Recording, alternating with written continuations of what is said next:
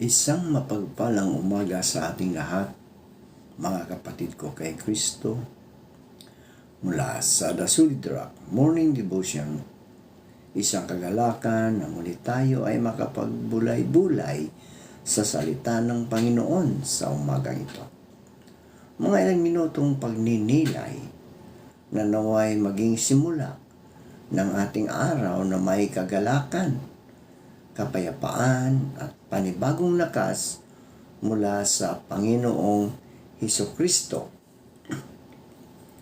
Sa bawat pagmulat natin ng ating mga mata sa bagong araw, isang paalala ang hatid ng Diyos sa atin na kahit anuman ang dumating na unos, siya ay ang ating matatag na sandigan.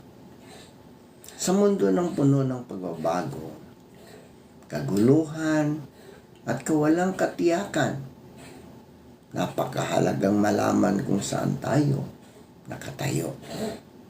Ang The Solid Rock Morning Devotion, mga kapatid, ito ay paalala na ang ating pananampalataya ay dapat nakatayo sa matibay na pundasyon.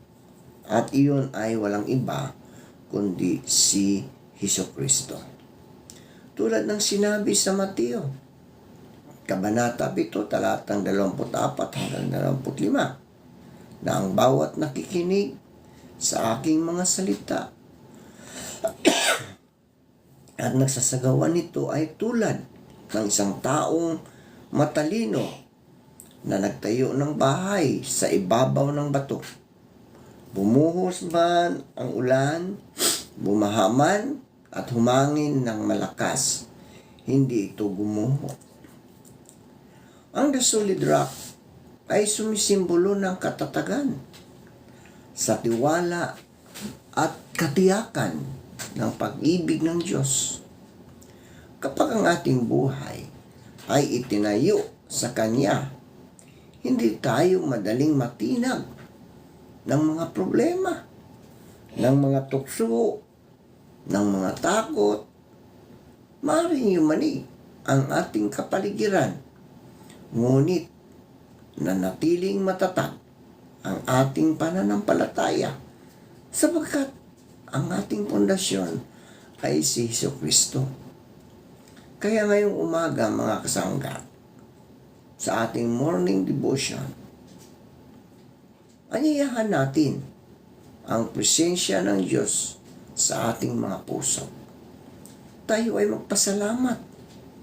Magpasalamat sa Kanya na siya ang ating matibay na bato, ang ating kanlungan, ang ating lakas, at ang ating pag-asa na sa bawat araw-araw ng ating buhay. Ang ating pong pagninilayan ngayong umaga ay matatagpuan sa Lucas, Kabanata 2, talatang 10 hanggang 11. Ito ang sinasabi. Ngunit sinabi sa kanila ng anghel, "Huwag kayong matakot. Ako'y may dalang mabuting balita para sa iyo, na magdudulot ng malaking kagalakan sa lahat ng tao, sapagkat ipinanganak ngayon sa bayan ni David ang inyong tagapagligtas, si Kristo na Panginoon." Pinagpala na po tayo sa pagkabasa at pagkarinig ng kanyang mga salita.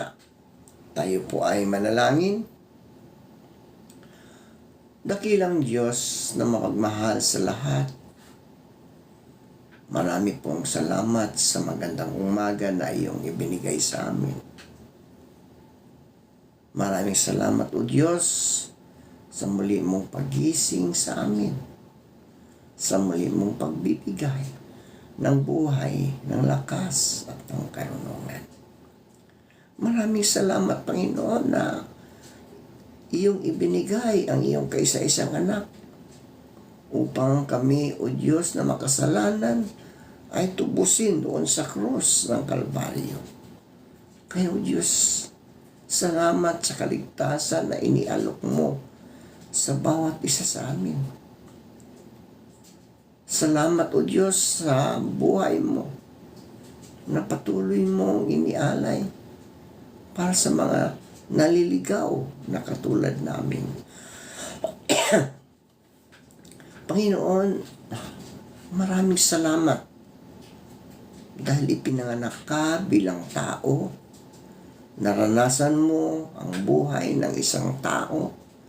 Nalungkot ka, nagutom ka, tinukso ka, Panginoon, pero hindi kayo nagkasala. Kaya salamat, O Diyos.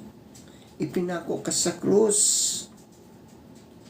pero ikaw ay nabuhay muli upang kami, O Diyos, ay makita na kami ay patuloy na tumanggap, lumalakad ng ayon sa iyong kalooban.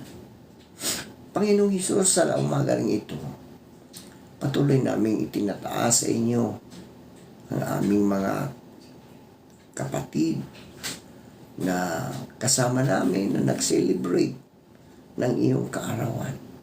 Happy birthday, Lord. Salamat dahil ang aming Panginoong Hesus ay pinanganak. Panginoong Hesus, sa umaga din ito, patuloy ko rin tinataas sa inyo ang mga kapatid namin na nasa banig ng karamdaman. Patuloy mo po silang abutin sa umagang ito at haplusin ang kanilang mga karamdaman upang manumbalik ang kanilang mga lakas na nawala dahil sa karamdaman. Lord, purihin ka, Ama. Takilain ka, luwalhatiin ka sa iyong kapangyarihan na ikaw ay patuloy na nagpapagaling sa mga may sakit, Panginoon. Amin din inilalapit, O Diyos, ang aming mga kapatid na naroon sa ibang bansa. Ang mga OFW, ingatan mo sila, Panginoon. Ilayo mo sila sa mga pagsubok, sa mga problema. Kasama namin sila, Panginoon, na nag-celebrate ng iyong kaarawan. Kaya, O Lord, dalangin ko na sila ay iyong ingatan sa ibang bansa. Gayon din po, Panginoon, patuloy kong itinataas sa inyo ang aming mga kapatid na nasa mga bilangguan. Nakakulong man sila, O Diyos. Nagkasala man sila. Lord, alam ko na hinipo mo po ang puso ng mga taong ito upang magbagong buhay. At sila, O Diyos, ay nag-celebrate din ng iyong kaarawan sa loob ng bilangguan. Kaya dalangin ko na Panginoon na ingatan mo sila. Ang lahat ng sumampalataya sa iyong pangalan ay ingatan mo sa loob ng mga bilangguan. Lord, salamat. Salamat sa buhay na iyong ibinigay sa amin. Salamat sa iyong anak na siyang tumubos sa aming mga kasalanan na dapat kami, O Diyos, ang siyang maghirap doon sa krus ng Kalbaryo. Maraming salamat po. Amen. The hope of Christmas, God's promise fulfilled. Iyon po ang pamagat ng ating pagbubulay-bulayan ngayong umaga. Sa gitna ng malamig at madilim na gabi, habang ang mga pastol ay nagbabantay ng kanilang mga tupa, isang hindi inaasahang liwanag ang bumalot sa kanila. Takot ang kanilang unang naramdaman, sapagkat ang presensya ng Diyos ay nakatitindig balahibo. Ngunit ang unang salita ng anghel ay ito: huwag kang matakot o huwag kayong matakot. Mga kapatid, ito rin ang sinasabi ng Diyos ngayon. Sa kabila ng mga takot natin sa hinaharap, sa kabuhayan, sa relasyong nasisira, sa mundo na puno ng gulo, ang unang salita ng Pasko ay kapayapaan, hindi takot. Ang mga salitang huwag kayong matakot ay hindi lamang isang paalala.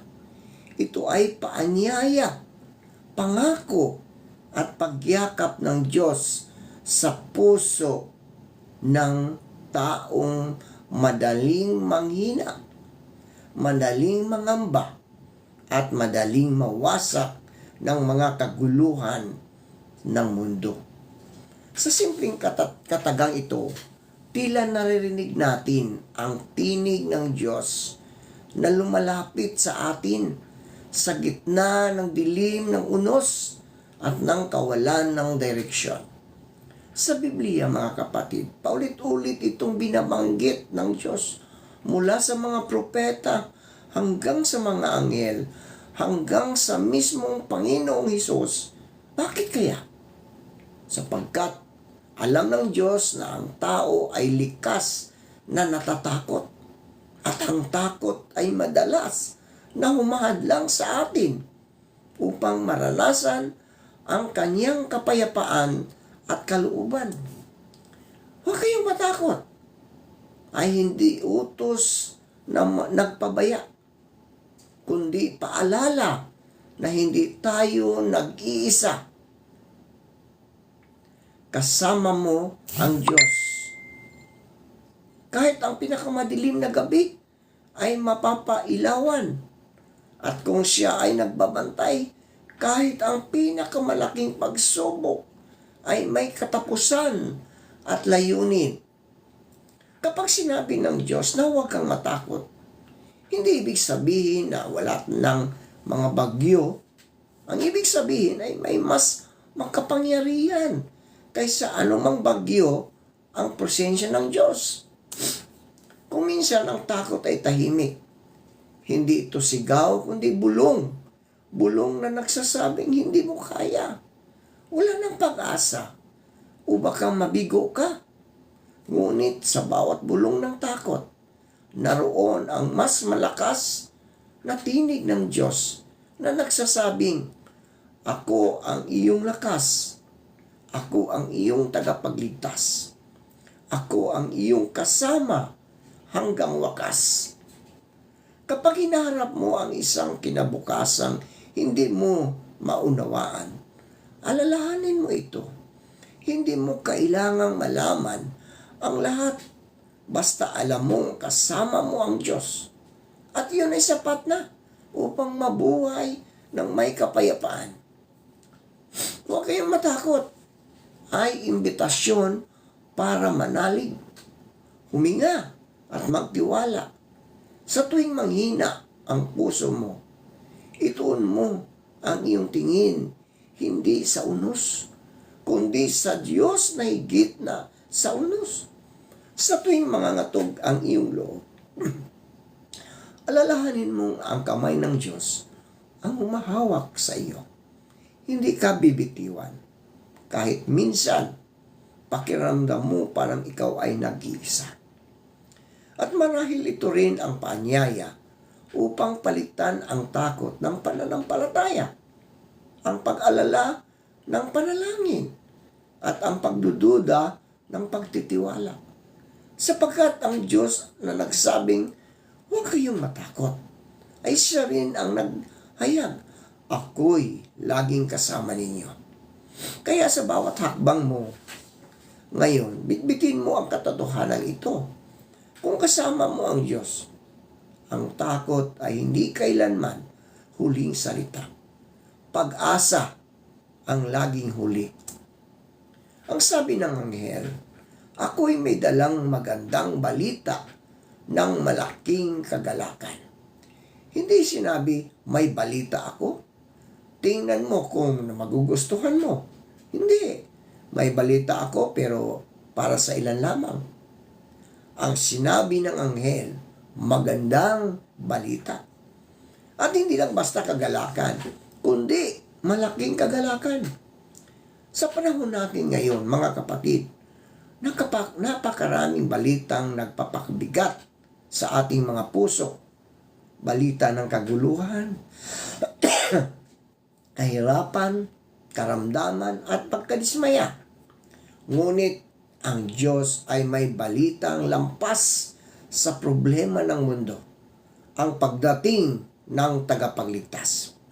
Ang tunay na Pasko ay hindi nakasentro sa palamuti, sa handaan o sa regalo, kundi sa isang balitang kailanman ay hindi kumukupas. Si Jesus ay dumating upang iligtas, pagalingin, patawarin at baguhin tayo. Ito marahil ay isa sa pinakamakapangyarihang linya sa salita ng Diyos para sa lahat ng tao. Ibig sabihin, para sa nagtatagumpay at para sa nabigo, para sa mayaman at para sa kapos, para sa matuwid at para sa nagkamali, para sa malakas at para sa sugatan, para sa naghahanap at para sa nawawala. Walang sinuman ang sobra sa layo. Walang sinuman ang sobra sa dumi. Walang sinuman ang sobra sa kakulangan. Ang pag-ibig ni Kristo ay sapat para sa lahat, kasama ka kapatid. Ang mensaheng para sa lahat ng tao ay tila simpleng pahayag, ngunit napakalalim ng kahulugan nito. Sa mundong puno ng pagkakahati-hati, may mayaman at mahirap, may malakas at mahina, may kinikilala at may tila walang halaga. Ang salitang lahat ay nagiging paalala ng pag-ibig ng Diyos na hindi pumipili, hindi nagtatangi, at hindi nagsasara ng pintuan sa sinuman. Kapag sinabi ng Diyos na ang kanyang pag-asa, biyaya at kaligtasan ay para sa lahat, ibig sabihin ay walang sinuman sobra ang kasalanan upang hindi mapatawad. Walang sinuman sobra ang layo upang hindi maabot. At walang sinumang sobra ang bagsak upang hindi maibangon. Ang pag-ibig ng Diyos ay hindi lamang para sa mabubuti, kundi para rin sa mga sugatan, naliligaw at naghahanap ng liwanag. Para sa lahat ng tao. Ibig sabihin, pati ikaw kapatid. Minsan, mahirap paniwalaan ito. Kapag nakikita mo ang sarili mo na may kahinaan, may pagkukulang o nakaraan na mabigat dalhin, madalas naisip mo, siguro, hindi para sa akin yan. Ngunit ang biyaya ng Diyos ay hindi hinuhubog batay sa kung sino ka noon, kundi kung sino siya. Diyos ng habag, Diyos ng pag-asa, Diyos ng muling pagkakataon. Sa tuwing nararamdaman mong hindi ka karapat-dapat, mga kapatid, alalahanin mo, ang pagmamahal ng Diyos ay hindi gantimpala sa mga perfecto, kundi ito isang regalo sa mga nangangailangan. At dahil lahat tayo ay nangangailangan, lahat tayo ay kabilang. Ang mensaheng ito ay paalala rin na kung ang Diyos ay bukas ang puso para sa lahat, tayo rin ay dapat matutong magmahal at tumanggap ng kapwa. Hindi lamang ang madaling mahalin, kundi pati yung mahirap unawain. Hindi lamang ang kakampi, kundi pati ang naiiba. Dahil ang puso ng Diyos ay malawak, isang tahanang may puwang para sa bawat tao, sa bawat kwento, sa bawat sugat, at sa bawat pag-asa. Para sa lahat ng tao ay hindi lamang pahayag ng pag-ibig, kundi paanyaya sa misyon. Tinatawag tayo ng Diyos na maging daluyan ng kanyang kabutihan, magbigay, umunawa, magpatawad, at magmahal na hindi sukatin ang kapalit? Kung ang Diyos mismo ay hindi nagsasara ng pinto, bakit tayo magsasara, mga kapatid? So ang mensaheng para sa lahat ng tao ay nagbibigay ng napakalaking pag-asa na walang sinumang nalilimutan, na walang sinumang hindi mahalaga, at walang sinumang walang lugar sa puso ng Diyos. Kahit ano pa ang pinagdadaanan mo ngayon, kapatid, kahit gaano kasakit, kagulo o kabigat, ang pag-ibig at kapayapaan ng Diyos ay para sa iyo, kapatid. Hindi ka kailanman inaiwan sa labas. Hindi ka kailanman na hindi kasama ang Diyos. Dahil sa mata ng Diyos, mga kapatid, ang bawat tao ay mahalaga. At ang pag-ibig niya ay sapat para sa lahat. Hindi dumating si Jesus bilang guro lamang. No? Hindi siya dumating bilang guro lamang. Hindi siya dumating bilang tagapayo lamang. Siya'y dumating bilang tagapagligtas. Anong ibig sabihin nito? May kaligtasan mula sa kasalanan. Hindi tayo iniligtas ng ating kabutihan, kundi ng biyaya ni Kristo. May kagalingan mula sa sugat ng nakaraan. Sa sabsaban, nagsimula ang kwento ng Diyos na nagpapagaling. May pag-asa sa gitna ng kawalan. Ang liwanag na iyon sa gabi ng mga pastol hanggang ngayon ay sumisinag pa rin. May bagong simula para sa bawat isa. Hindi nagbabago ang Diyos, kapatid, pero kayang baguhin ang buhay ng sinumang lumalapit sa Kanya. Sa bawat taon, sa paglapit ng Kapaskuhan, binabalikan natin ang dakilang pangyayari sa Bethlehem. Ang kapanganakan ng tagapagligtas ng sanglibutan. Ayon sa Lucas 2:10 hanggang 11 ay nagsasabing, huwag kayong matakot, sapagkat narito, nagdadala ako ng mabuting balita, ng malaking kagalakan, na magiging para sa lahat ng tao, sapagkat isinilang sa inyo ngayon ang isang tagapagligtas, na siya ang Kristo, ang Panginoon. Ang simpleng pangungusap na ito, mga kapatid, ay puno ng kahulugan at naglalaman ng pinakadiwa na Kristyanismo. Ang kapanganakan ni Jesus ay hindi lamang isang pangkasaysayan. Kaganapan, ito ay isang sagisag ng pag-ibig ng Diyos para sa sangkatauhan. Sa gitna ng karimlan ng mundo, ang kasalanan, pangungulila, at pagkasira ng tao, dumating ang liwanag. Isinilang siya sa isang payak na sabsaban sa piling ng mahihirap at abala sa buhay, upang ipakita na ang Diyos ay hindi nagtatangi ng estado o yaman. Ang kapanganakan ng tagapagligtas ay patunay ng kababaang loob ng Diyos at ng Kanyang malasakit sa bawat isa sa atin. Kung ating titingnan, mga kapatid, ang mensahe ng kapanganakan ni Jesus ay tumatawag sa atin upang mamuhay sa pag-asa. Sa mundong puno ng takot at pangamba, ang balita ng Kanyang pagsilang ay nagdadala ng kagalakan. Hindi ito simpleng kagalakan na nakabatay sa kasiyahang pansamantala, kundi isang kagalakang nagbibigay lakas at kapayapaan sa puso. Ang pagsilang ng tagapagligtas ay paalala na sa bawat unos at paghihirap mayroon liwanag na nagmumula sa Diyos na hindi matitinag.